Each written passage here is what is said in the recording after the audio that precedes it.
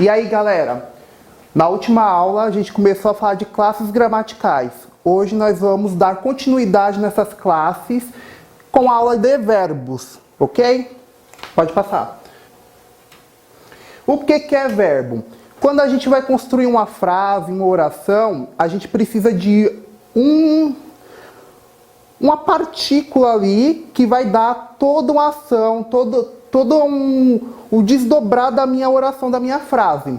Sem essa partícula, a minha frase não vai fazer sentido algum. Essa partícula se chama verbo, que vai dar uma ação, um estado ou um fenômeno da natureza na minha oração. Passa. Dentro dos nossos verbos, a gente tem o que chamamos de verbos regulares, que são os verbos que tem que o radical na sua conjugação não se altera. Então, toda palavra tem um radical, tem uma base. Essa base, ela serve para derivar, fazer novas palavras, fazer novos períodos verbais. Então, aqui, por exemplo, verbo cantar. Qual que é a minha base? O meu radical? É o cante. E esse cante aí não vai se alterar quando eu for conjugar. Por exemplo, ó, canto, eu canto, tu cantas, ele canta. O meu radical continua o mesmo. Que é diferente, pode passar. Totalmente diferente do que são os verbos irregulares. Nos verbos irregulares, o meu radical, a minha base, ela se altera. Por exemplo, o verbo haver. Qual que é o meu radical? Ave. Então, eu, ei, tu, as, tá vendo? Ó, aqui já se altera no eu, ei. Aqui já se altera. As, a, havemos, aqui se mantém, mas só haveis, ão. Então, aqui também se altera. Então, quando o meu radical ele não se altera, verbo regular. Quando ele se altera, verbo irregular. Passa mais um. Mais um. Mais um. Parou. Então, a gente tem verbos de primeira conjugação. Simples.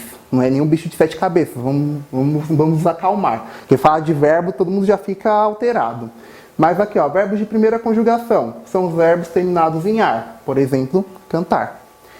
Verbos de segunda conjugação. São os verbos terminados em er. Por exemplo, correr. Verbos em terceira conjugação. Verbos terminados em ir. Por exemplo, partir. Mas aí você vai perguntar. Professor, o verbo pôr termina com or. Ele pertence a qual conjugação? Passa um, Camila.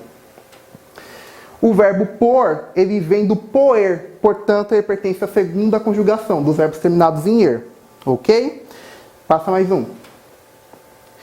Então, aqui, para poder sintetizar um pouco do que a gente falou, tá vendo esses bichinhos aqui, ó? Esses irmãozinhos aqui, eles vão andar junto com o nosso verbo. Eles se chamam pronomes. Aqui, no caso, é o pronomes de caso reto, que a gente ainda vai ter uma aula só para falar de pronomes. Mas aqui, pronomes, vou apresentar vocês, ó, pronome, vocês, pronomes. Eu, tu, ele, ela, nós, vós, eles e elas.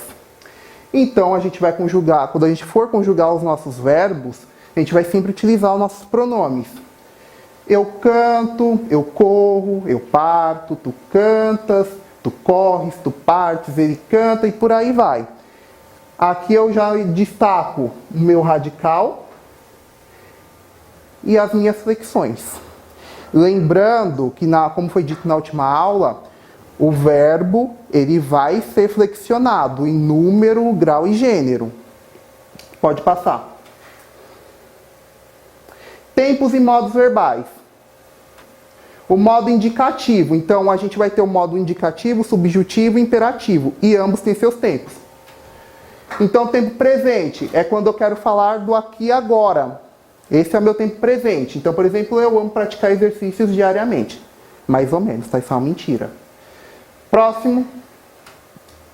Pretérito perfeito. É quando eu comecei uma ação no passado e já acabei essa ação. Então, por exemplo, eu engordei durante a quarentena. O que é uma verdade. Eu engordei, continuo engordando, mas isso não vem ao caso. Aqui é algo que eu já terminei. Algo que eu comecei no passado e terminei no passado. Pretérito imperfeito. Fato ocorrido no passado, mas que não foi completamente terminado. Sabe aquela coisa que a gente começou um tempo atrás, porém ainda não terminou, é esse o meu pretérito imperfeito. Então, por exemplo, eu estudava as lições quando fui interrompido. Próximo. Pretérito mais que perfeito é usado para indicar uma ação que ocorreu antes de outra ação passada. Pode indicar também um acontecimento situado de forma incerta do passado. Passa mais um, por exemplo. Então, esse tempo verbal ele é utilizado de forma muito limitada, sendo maioritariamente utilizado em exclamações, em linguagens poéticas. A gente vê muito isso em poemas, textos literários em geral. Exemplo, quando notei, a água já transbordara da banheira. Tá vendo? Se transbordara, muito erudito, você encontra muito isso em textos poéticos, em textos literários. Passa mais um.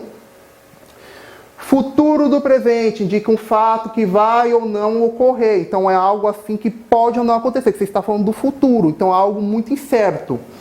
Então os professores comentarão a prova depois do concurso. Pode acontecer os professores não comentar, mas é algo do futuro. Comentarão. Passa mais um. Futuro do pretérito expressa um fato futuro em relação a um fato passado, habitualmente apresentado como uma condição. Pode indicar também uma dúvida ou incerteza. Exemplo, eu tocaria guitarra no conjunto se tivesse essa oportunidade. Então, outros exemplos que a gente pode citar. Eu estudaria gastronomia se não tivesse escolhido letras. Então é algo muito incerto, algo que a gente poderia fazer, mas que não fez. Então para isso a gente vai utilizar o futuro do pretérito. Ok? Passa mais um. Modo subjuntivo. Mais um, Camila.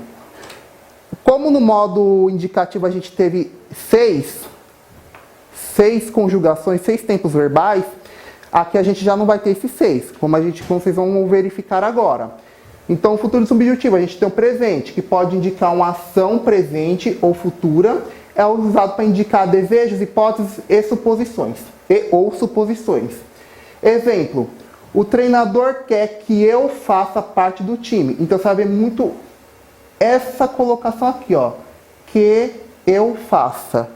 Que tu faças. Que ele faça. Ok? Próximo. Tá vendo aqui, ó? Já pulei pro pretérito imperfeito. Não tem pretérito perfeito no subjuntivo. Por quê? Ele é algo que pode ou não acontecer. O indicativo é certeza de ações. O subjuntivo já não é essa certeza de ações. Então, pretérito imperfeito é usado para transmitir um acontecimento irreal, hipotético ou desejado. Então, um exemplo aqui, ó, para poder sintetizar. E também tem essa colocação aqui sempre. Seria mais fácil se eu estudasse mais.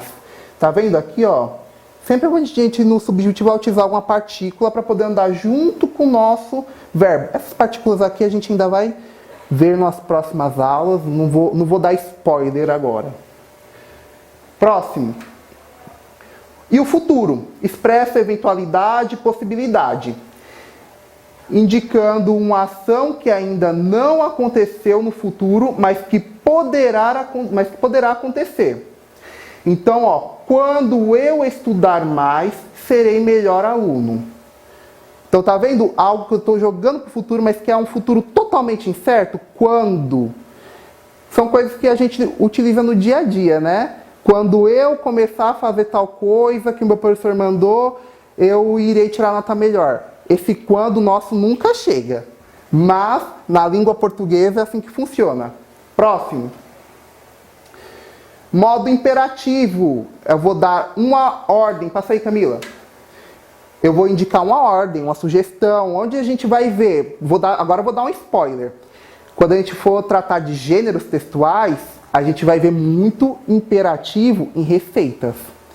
Bata, em velocidade rápida, massa e por aí vai. Bata, coloque, despeje. A gente vai ver muito dando essa ordem, dando esse conselho para a gente seguir. Então, nesse spoiler que eu dei de gêneros textuais, o modo imperativo vai aparecer nas receitas, ok? Passa aí. Imperativo, aí a gente tem aqui imperativo afirmativo e imperativo negativo. São as duas únicas conjugações que a gente vai ter aqui no imperativo. Então, no imperativo afirmativo, eu vou fazer uma ordem, um pedido, um desejo que você faça, que no caso seria a ordem da mesma forma, de uma forma afirmativa. Então, estude ele. Ou então, que nem eu estou falando aqui, Camila, passa, por favor. É o que eu estou falando, dando uma ordem para ela. Estou usando meu verbo no imperativo afirmativo. Agora, se falar, Camila, não passe, é um negativo. Passa aí, Camila. O negativo, o imperativo negativo, que eu vou dar uma ordem, porém com uma negação. Estude ele, não estude ele. Então, eu vou dar uma negação aqui. Só contrapondo o afirmativo. Camila? Forma nominal. Como que vai funcionar a forma nominal? Vai funcionar da seguinte forma. A gente tem o infinitivo. O que é o infinitivo? Aqui são verbos terminados em R. Por exemplo, ler é um prazer. Porém, o infinitivo, explicando de uma forma mais teórica, são verbos que ainda não foram conjugados. Ainda não passei pela conjugação dele. Então, por exemplo, aqui está ler. Não está eu leio, tu lês. Ainda não foi conjugado. Próximo, Camila, presta atenção. Gerúndio. São ações, são verbos que a gente, terminados em NDO, com ações que a gente ainda está desenvolvendo. Por exemplo, a Camila está mexendo no cabelo. Então é algo que ela ainda está fazendo. Agora ela parou. Quando ela, saindo de casa, encontrei alguns amigos. Mas voltando ao exemplo da Camila, ela parou, ela não está mais mexendo no cabelo. Então ela mexeu no cabelo, então ela tinha mexido no cabelo. Passa aí um, Camila. É o particípio. São verbos terminados em DO. Terminado os exames, fomos para casa. Esse terminado, esse DO, são verbos de ações que a gente já realizou. Ok? Então aqui ainda não foi conjugado. Aqui a gente ainda está fazendo. E aqui a gente já fez. Próximo. Temos os verbos anômalos. São os verbos que durante a sua conjugação a gente tem uma mudança assim, que o exemplo que eu vou citar aqui, ó, seria no pretérito perfeito, eles são a mesma coisa. Aqui, ó, ser. Eu fui, tu foste, ele foi, nós fomos, vós fostes, eles foram. Ir. Eu fui, tu foste, ele foi, nós fomos, vós fostes, eles foram. Então são verbos que em algum momento da conjugação vão se parecer ou ficar totalmente idênticos. Esses são os verbos anômalos. Passa mais um. Mais um. Verbos defectivos são verbos que têm algum defeito de conjugação. São verbos que em algum momento vai ter algum defeito de conjugação. Por exemplo, colorir, abolir, falir, eles não existem em primeira pessoa. Não existe eu coloro. Então a gente tem que utilizar uma locução verbal, que isso a gente vai ver um pouco mais para frente, que é a utilização de dois verbos juntos. Mas eu vou precisar utilizar uma outra coisa para poder fazer sentido na minha oração. Não existe eu coloro, que eu coloquei o exemplo. Então esses são os verbos defectivos, que têm algum defeito de conjugação.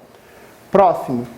Vozes, e para encerrar essa interessantíssima aula, vozes verbais.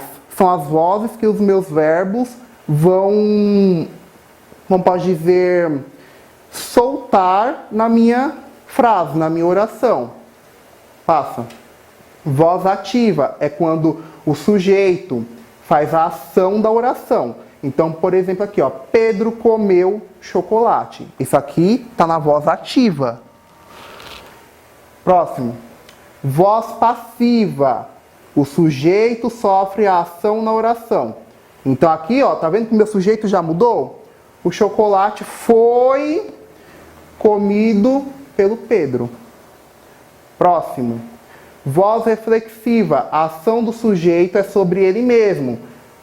Pedro cortou-se. O próprio Pedro cortou-se. Então ele teve ação em torno dele mesmo. Próximo. Voz recíproca. Perdão. A ação do sujeito é mútua. Então é quando o sujeito tem uma ação mútua naquele momento. Não tem nada de ativa e nem de passiva, é algo mútuo. Então, os jogadores abraçaram-se após o jogo. Ok? Então, galera, essa aqui foi a aula de hoje. A gente ainda vai dar continuidade, porque verbos é algo muito extenso. Então, a gente vai dividir, vai aos poucos para não assustar vocês. Nesse retorno às aulas, né? A gente tem que ir engatinhando um pouco. Qualquer dúvida, mandem mensagem para os professores de vocês, do núcleo de vocês, que essas dúvidas chegarão até mim e num próximo vídeo eu vou esclarecer essas dúvidas, ok?